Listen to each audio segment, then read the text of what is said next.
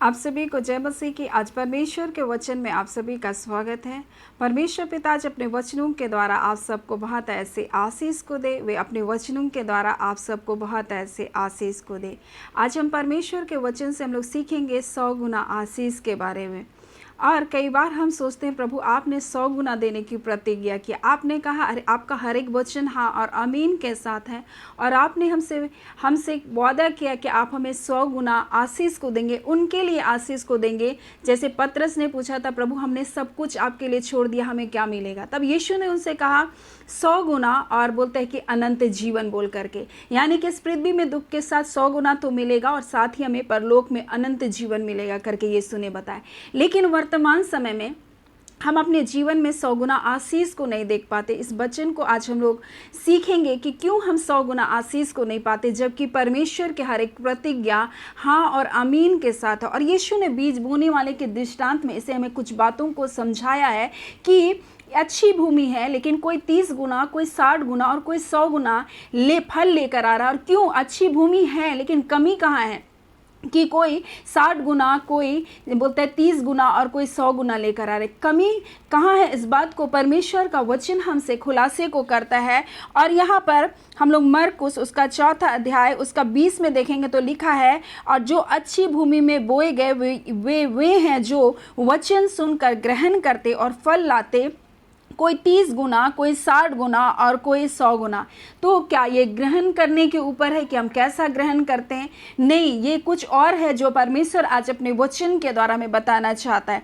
और यहाँ पर हम लोग देखते हैं कि जब यीशु मसीह ये दृष्टांत बताया तब चेलों ने उनसे पूछा कि प्रभु आप दृष्टांत में क्यों बातें करते हैं, आप दृष्टांतों में क्यों बात करते हैं? तब यीशु ने उनसे कहा कि तुमको तो परमेश्वर के राज्य के भेदों की समझ दी गई, परंतु बाहर वालों को सब बातें दृष्टांतों में होती है, इसलिए कि वे देखते हुए भी देखे और उन्हें सुझाई ना दे, और सुनते हुए भी सुने और ना समझे। यानी कि ये बातें समझ के ऊपर है, क्योंकि वचन तो हर एक लोगों के लिए है। जो अच्छी भूमि के लिए बारे में हम बात करें, उन 3 भूमि के बारे में नहीं बात करें जो सड़क के किनारे और चिड़ियों ने आकर उस दाने को चुग लिया। उस पथरीली भूमि के बारे में बातचीत नहीं करें जो दुख, संकट, क्लेश आया वचन के कारण और वो जड़ ना पकड़ने के कारण सूख गई। उन जंगली झाड़ियों के बारे में बातचीत नहीं कर रहे हैं जो वचन सुने लेकिन धन का धोखा और इस संसार की चिंता उनको क्या की दबा दी।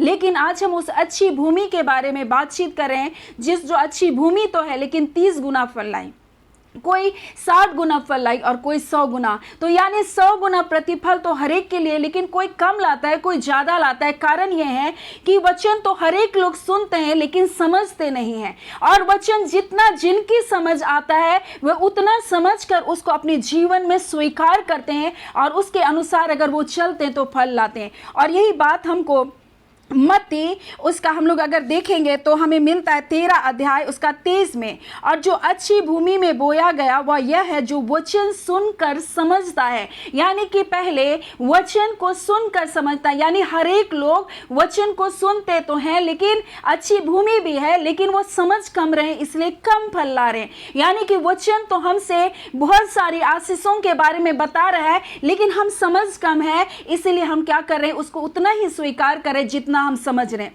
लेकिन परमेश्वर का वचन हमें दानियल के पुस्तक उसका 10वां अध्याय उसका 12 में इस प्रकार से लिखा है, फिर उसने मुझसे कहा हे दानियल मत डर, क्योंकि पहले ही दिन जब तूने समझने बूझने के लिए मन लगाया और अपने परमेश्वर के सामने अपने को दीन किया, उसी दिन तेरे वचन सुने गए। यानी बता रहा है कि दानियल ने परमेश्वर के वचन को सुनने के लिए, वो तो समझने के लिए क्या क्या मन को लगाया।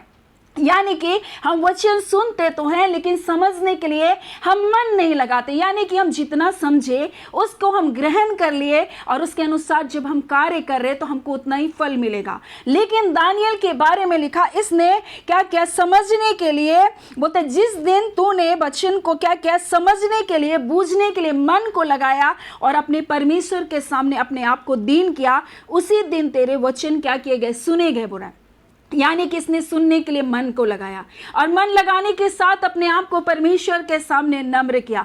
और अच्छी भूमि वो है जो नम्र हृदय का है बोल करके, और इसने अपने जीवन में परमेश्वर के वचन को नम्रता के साथ स्वीकार तो किया, लेकिन उसने परमेश्वर के वचन को समझने के लिए, बूझने के लिए अपने मन को लगाया। और इसलिए परमेश्वर का वचन भी बोल रहा है, पतरस से चेलों से कह रहा है कि सभी को स्वर्ग के राज्य की समझ नहीं है, यानी सब नहीं समझते, लेकिन अच्छी भूमि के लोग समझते हैं। लेकिन फिर भी वो 30 गुना ला रहे हैं, 60 गुना ला रहे हैं, और कोई 100 गुना ला रहा है, क्योंकि वचन तो हर एक के लिए सेम है, बराबर है, लेकिन वो समझ नहीं रहे, और जितना समझ रहे उसके अनुसार वो फल को लेकर आ रहे हैं। और यही बात परमेश्वर बता रहा है। और मत्ती हम लोग देख रहे थे कि यहाँ पर किस प्रकार से परमेश्वर का वचन हमसे कहता है कि फल लाने वाले लोग है ना, कौन है, जो मरकुस में हमें मिलता है कि फल लाने वाले लोग वे हैं, बोलता है अच्छी भूमि में बोए गए, ये वे हैं जो वचन को सुन करके ग्रहण करें, यानी समझे और उसके अनुसार ग्रहण किए हैं, वे ही क्या करते हैं, फल लाते हैं। और याकूब में यही वचन को हमको मिलता है कि जहाँ लिखा हुआ है इस प्रकार से, परमेश्वर का वचन याकूब उसका पहला अध्याय उसका 25 में लिखा, और जो व्यक्ति स्वतंत्रता की सिद्ध व्यवस्था पर ध्यान करता और अपने काम में इसलिए आशीष पाएगा कि सुनकर भूलता नहीं परंतु वैसे काम करता है। यानी कि जितना आप वचन को सुने, जितना आपने वचन को स्वीकार किया और जितना आपने चला, उसके अनुसार आपके जीवन में फल आता है।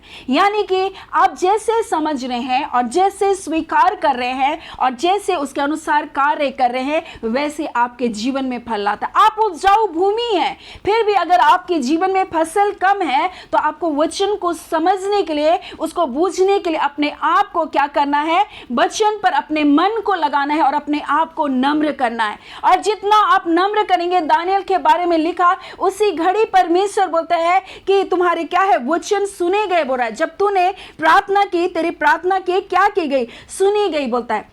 यानी कि उसने वचन को समझने के लिए अपने मन को लगाया। आज जब हम अपने मन को लगाएंगे उसको समझने के लिए, तब परमेश्वर हमसे कहता है कि तुम उसके अनुसार क्या करोगे, फल को लाओगे। और यही बात इफिसी में इस प्रकार से लिखा हुआ है, जो हमको मिलता है इफिसी 3 अध्याय उसका 18 में, और सब पवित्र लोगों के साथ भली भांति समझने की शक्ति पाओ। यानी समझ की हमारे अंदर शक्ति होनी चाहिए। और बोला किसके साथ रहने से हमको समझने की शक्ति मिलेगी, बोला सब पवित्र लोगों के साथ। यानी कि जब हम संगति में रहेंगे, पवित्र लोगों की संगति में रहेंगे, तब हम परमेश्वर के वचन को भली भांति समझ सकते हैं। अगर हम संसार में रहेंगे तो संसार की समझ हमारे जीवन में काम करेगी। हम अच्छी भूमि में तो हैं, लेकिन हमारे जीवन में फल कम आ रहा है। कारण यह है कि हमारी संगति परमेश्वर के लोगों के साथ, पवित्र लोगों के साथ नहीं है। हमारी संगति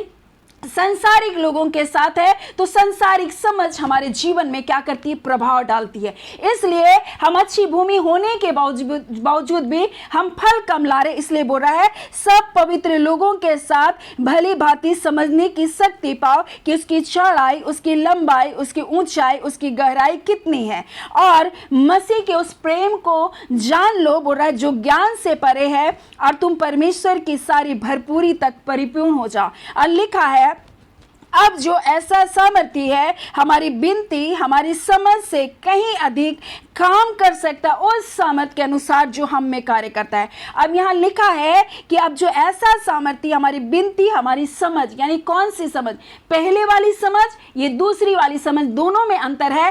पहले वाली समझ जो है परमेश्वर के प्रेम की समझ बोल रहा है, परमेश्वर के सामर्थ्य की समझ हमारे जीवन में होनी चाहिए। और दूसरे बोल रहे हैं कि संसार की समझ से कहीं परे परमेश्वर हमारे जीवन से होकर कार्य कर सकता, हमारी विनती से बढ़कर, हमारी प्रार्थनाओं से बढ़कर, हमारी समझ से बढ़कर भी परमेश्वर हमारे जीवन में कार्य कर सकता है। यानी कि हमको परमेश्वर की समझ होनी चाहिए, परमेश्वर के सामर्थ्य की हमको समझ होनी चाहिए, परमेश्वर के प्रेम की हमको समझ होनी चाहिए। और इसलिए परमेश्वर का वचन बोला अच्छी भूमि के वे हैं जो वचन को सुन करके समझते हैं, ग्रहण करते हैं और उसके अनुसार चलते हैं, वे वैसा ही फल पाएगा। यानी कि आप वचन को जितना समझ रहे हैं उतना आप स्वीकार कर रहे हैं और उसके अनुसार चल रहे हैं, उसी के अनुसार आपके जीवन में फल लाएगा। अगर आप थोड़ा समझ रहे हैं आप 30% लाएंगे, आप उससे ज्यादा समझ रहे हैं आप 60% लाएंगे। आप परमेश्वर को, उस प्रेम को जो हमारे समझ से भी परे है, बोलता है कि अगर हम उस पर भरोसा करते हैं, उस पर विश्वास करते हैं, तो हमारी बुद्धि जो सांसारिक बुद्धि है उससे भी बढ़ करके परमेश्वर हमारे जीवन में कार्य कर सकता है। और यही बात परमेश्वर अपने वचन के द्वारा बताना चाहता है। हम 100 गुना आशीष पाने के लिए बुलाए गए, लेकिन हम वचन को ना समझ पाने के कारण या थोड़ा समझ पाने के कारण हम थोड़ी आशीष को पा रहे। लेकिन परमेश्वर का वचन हमें दानियल के जीवन से बता रहा है कि दानियल ने परमेश्वर के वचन को समझने के लिए, बोलता है परमेश्वर के भेदों को समझने के लिए, बोलता है क्या करता, अपने मन को लगाया। यानी हमें अपने मन को परमेश्वर के वचन पर लगाना है। और जैसे उसने अपने मन को लगाया और परमेश्वर के सामने अपने आप को दीन किया, उसी दिन बोलता है उसके वचन स्वर्ग में सुने गए। और उसी दिन बोलता है मैं तेरे वचन के कारण, बोलता है तेरी प्रार्थनाओं के कारण मैं आ गया, बोल के परमेश्वर का दूत बोल रहा है। यानी कि जिस पल आप अपने वचन पर, परमेश्वर के वचन पर अपने मन को लगाएंगे, आप उसके वचन को समझने लगेंगे। आप ऐसा कब कर पाएंगे? जब आप पवित्र लोगों की संगति में होंगे, तब आप परमेश्वर के प्रेम की उस गहराई को, उस चौड़ाई को, उस ऊंचाई को, उस गहराई को आप भली भांति जान सकेंगे, जो आपकी सांसारिक बुद्धि से, सांसारिक ज्ञान से, आपके प्रार्थनाओं से कहीं परे वो सामर्थ के कार्य को कर सकता है, उस सामर्थ के अनुसार जो आप में है। क्योंकि परमेश्वर का वचन कहता है तुम्हारा देह मेरी पवित्र आत्मा का मंदिर है, बोल रहा है। आपकी बुद्धि से बढ़कर, आपके ज्ञान से बढ़कर, आपकी समझ से बढ़कर, आपकी प्रार्थनाओं से भी बढ़कर वो परमेश्वर आपके जीवन में कार्य कर सकता है। लेकिन हमको क्या करना है? वचन को समझने के लिए अपने मन को लगाना है, फिर हमको उसको ग्रहण करना, अपने जीवन में स्वीकार करना है उसको कि हाँ प्रभु आपने ये कहा, आपने सारा को प्रभु जी बच्चे दिए, आप मुझे भी देंगे। आपने परमेश्वर पिता हन्ना की प्रार्थना को सुना, आप मेरी भी प्रार्थना को सुनेंगे। आपने एलीशिबा को बुढ़ापे में संतान दिया, आप मुझे भी देंगे। यानी ये वचन को जब आप सुनते हैं, आप इसको समझिए और इसको स्वीकार कीजिए। क्योंकि सारा ऐसे में गर्भवती हुई जब उसकी शारीरिक कंडीशन बिल्कुल नहीं थी कि वो बच्चे को अपने गर्भ धारण कर सकती थी। लेकिन जिस परमेश्वर के पास आए वो आपकी सोच से, आपकी समझ से परे काम कर सकता है, आपकी बुद्धि, आपके ज्ञान से परे वो काम कर सकता है। इतना तक कि आपकी विनती, आपकी प्रार्थनाओं से भी कहीं बढ़कर वो काम कर सकता है। सो परमेश्वर पिता चाहता है कि आप 100 गुना फल लेकर आए। आप ऐसी भूमि है, ना सिर्फ 30 गुना आप ला सकते हैं, अगर आप 30 गुना ला रहे तो आप 60 गुना भी ला सकते हैं। अगर आप 60 गुना ला रहे तो आप 100 गुना लाने के योग्य भी है। क्योंकि इसलिए परमेश्वर बोला आज मेरे वचन को जब सुनते हो तो इस पर अपने मन को लगाओ। और दानियल ने क्या किया? वचन के अनुसार उसको समझने बूझने के लिए अपने मन को क्या किया? लगाया। और उसने क्या किया? अपने आप को परमेश्वर के सामने नम्र किया। और जैसे उसने नम्र किया, उसकी प्रार्थना स्वर्ग पर सुनी गई। सो परमेश्वर पिता इन वचनों के द्वारा आप सबको बहुत ऐसे आशीष को दे। आमीन। आइए हम प्रार्थना करेंगे। धन्यवाद देते जीते सच्चे सामर्थी पिता परमेश्वर, प्रभु यीशु के नाम से प्यारे पिता आपके निकटता, आपकी हुजूरी में आते हैं। आज के सुंदर दिन, सुंदर समय के लिए, आपकी दया, आपके अनुग्रह के लिए, आपके प्रेम के लिए पिता आपका धन्यवाद देते हैं। खुदावन परमेश्वर पिता, जितने लोग इन प्रार्थनाओं में जुड़ते हैं खुदान, हर एक के जीवन में इस वचन के द्वारा प्रभु जी हाँ पिता परमेश्वर आशीष आए और ये 100 गुना फल लाने वाली भूमि बन सके खुदान, और आशीष से जीवन को जिए खुदान। आपने पिता अपने हर एक प्रतिज्ञा हाँ और आमीन के साथ के पिता रखिए प्रभु। हमारी सोच, हमारी समझ से परे, हमारी विनतियों से बढ़कर आप अद्भुत कार्य करने वाले परमेश्वर, आज पिता ऐसे कार्य अपने बच्चों की जिंदगियों में आप कर रहे हैं पिता।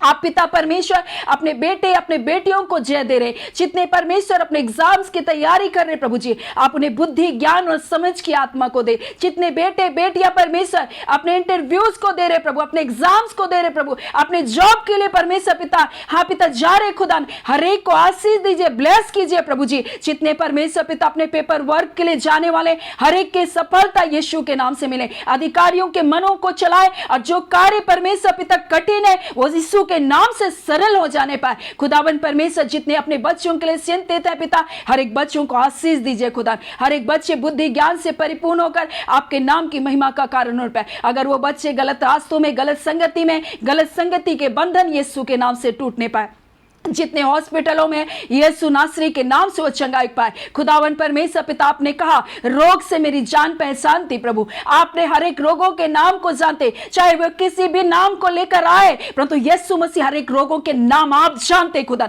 आज यीशु के नाम से प्रभु जी, ओ पिता परमेश्वर, जिन जिन बीमारियों के ये नाम ले रहे प्रभु, हर एक बीमारियां यीशु के नाम से चंगाई किए जाए। इसी घड़ी प्रभु जी हर एक बंधन अंधकार के टूटे प्रभु, शरीर के क्या अवयव खुदा यीशु के नाम से हील होने पाए। इसी घड़ी प्रभु आपकी चंगाई की सामर्थ प्रभु इसके एक एक अंगों को चंगा करने पाए, अंदरूनी अंगों को प्रभु, बाहरी अंगों को प्रभु, हर एक प्रकार का फोड़ा, हर एक प्रकार का पुलसी, हर एक प्रकार का परमेश्वर ब्लड रिलेटेड बीमारियां यीशु के नाम से हील होने पाए, चाहे वो कैसी बड़ी बीमारियों का नाम क्यों ना हो, परंतु यीशु आपने कहा हर एक रोग से मेरी जान पहचानती। यीशु आपने दुर्बलताओं को, इनके दुर्बलताओं को अपने ऊपर लिया।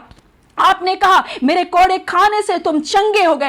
इसी घड़ी आपकी चंगाई की सामर्थ एक एक लोगों के जीवन में उतरने पाए, बंधन टूटे, बीमारियां छोड़ करके जाए यीशु के नाम से। ए खुदावन परमेश्वर, कर्ज के बंधन टूटने पाए यीशु के नाम से। इसी घड़ी रुके पैसे यीशु के नाम से आने पाए और ये गवाही का कारण बनने पाए, जय और छुटकारे का कारण बन पाए, दूसरों के लिए आशीष का कारण बनने पाए। खुदावंदे परमेश्वर पिता, हम आपका धन्यवाद करते।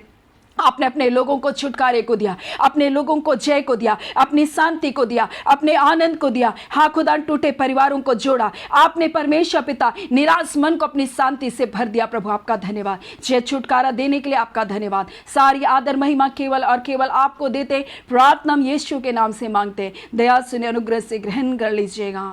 आमीन। परमेश्वर पिता आप सबको बहुत ऐसे आशीष को दें। आमीन।